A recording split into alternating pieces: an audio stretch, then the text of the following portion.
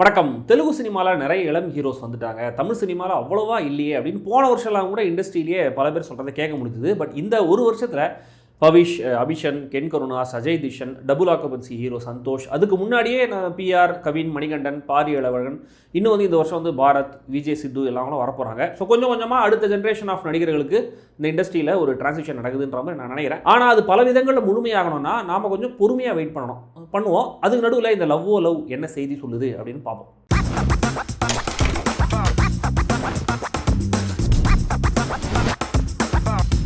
Love Raghuvaran அப்படிங்கிறவர் தேடி அவர் வீட்டுக்கு போலீஸ் வருது. அவர் தண்ணி தம்மு அப்படின்லாம் அடிச்சு ரிலாக்ஸ்டாக தன்னுடைய ரூமில் இருக்காரு.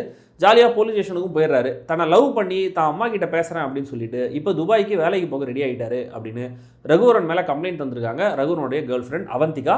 அவங்களுக்கு மாதர் சங்கம் ஒன்று சப்போர்ட்டுக்கும் வருது.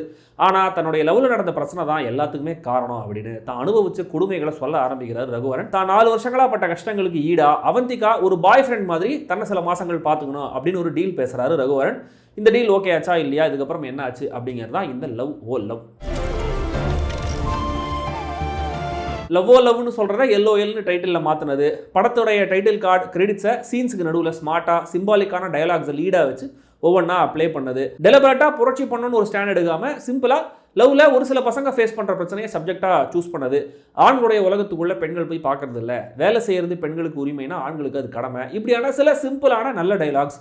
ஐடி ஆஃபீஸ் கொலி கேரக்டரில் ஒரு திருநங்கையை காஸ்ட் பண்ணது, அவங்களுக்கு ஒரு சின்ன இம்பார்ட்டன்ஸும் கொடுத்தது.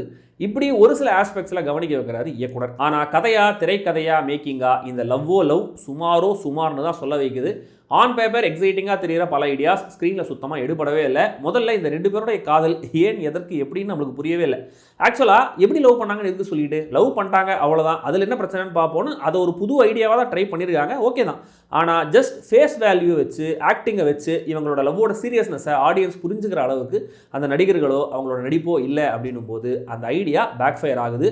15 நிமிஷத்துக்குள்ளேயே ஃப்ளாஷ்பேக் ஓப்பன் பண்ணி அதில் ஹீரோயினை பார்த்து பாட்டெல்லாம் பாட ஆரம்பிச்சிடறாரு. இங்கேயே டிஸ்கனெக்ட் ஆரம்பமாகுது. அடுத்த 10 நிமிஷத்தில் ஹீரோ புலம்புற மாதிரி இன்னொரு பாட்டு. ஆனால் இந்த பாட்டு விட்டு அங்கங்கே அடுத்த கொஞ்சம் நேரத்துக்கு வந்துகிட்டே இருக்குது.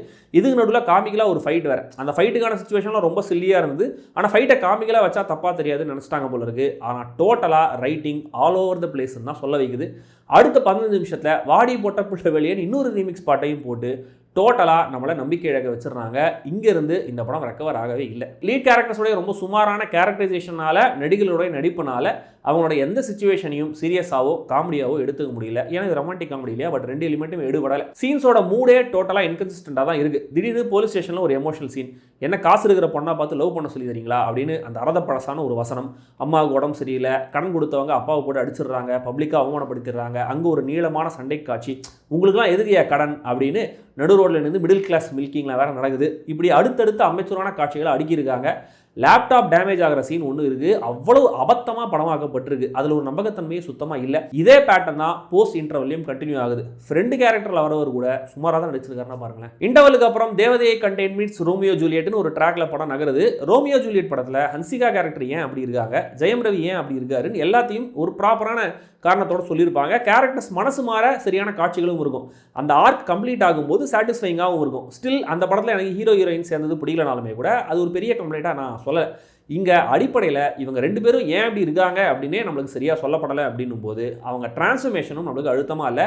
அவங்க காதலிக்கிற அந்த காட்சிகள்லாம் நம்மளுக்கு எதுவுமே ஒழுங்காக சொல்லப்படலை, ஆக்சுவலாக எழுதப்படலைன்னு நினைக்கிறேன். அதுவும் கடைசியில் நம்ம ஒரு பக்கம் பேலன்ஸ் பண்ணுவோம் அப்படின்னு பெண்கள் எவ்வளோ அஃபெக்ட் ஆகிறாங்க தெரியுமா அப்படின்னு டயலாக் வச்சதெல்லாம் கடமைக்கே அப்படின்னு வச்ச மாதிரி தான் இருந்தது. கிளைமேக்ஸில் பிராங்க் வீடியோ, கேமரா செட்டப் அப்படின்ற மாதிரிலாம் சீன் வச்சாங்க பாருங்கள். ஸ்கிரிப்டில் இருக்கிற அபத்தங்களை, மேக்கிங்கில் இருக்கிற அபத்தங்களை இன்னும் எக்ஸ்போஸ் பண்ணிகிட்டே தான் இருந்தாங்க. மொத்தத்தில் இந்த LOL லவ் டைட்டிலில் மட்டும்தான். கான்செப்டை தாண்டி ஒரு டயரிங் வாட்ச். விருப்பம் இருந்தால் ட்ரை பண்ணுங்க. படத்துடைய தீம், சில காட்சிகள், வசனங்களுக்காக இந்த படம் என்னுடைய பார்வையில் UA 16+.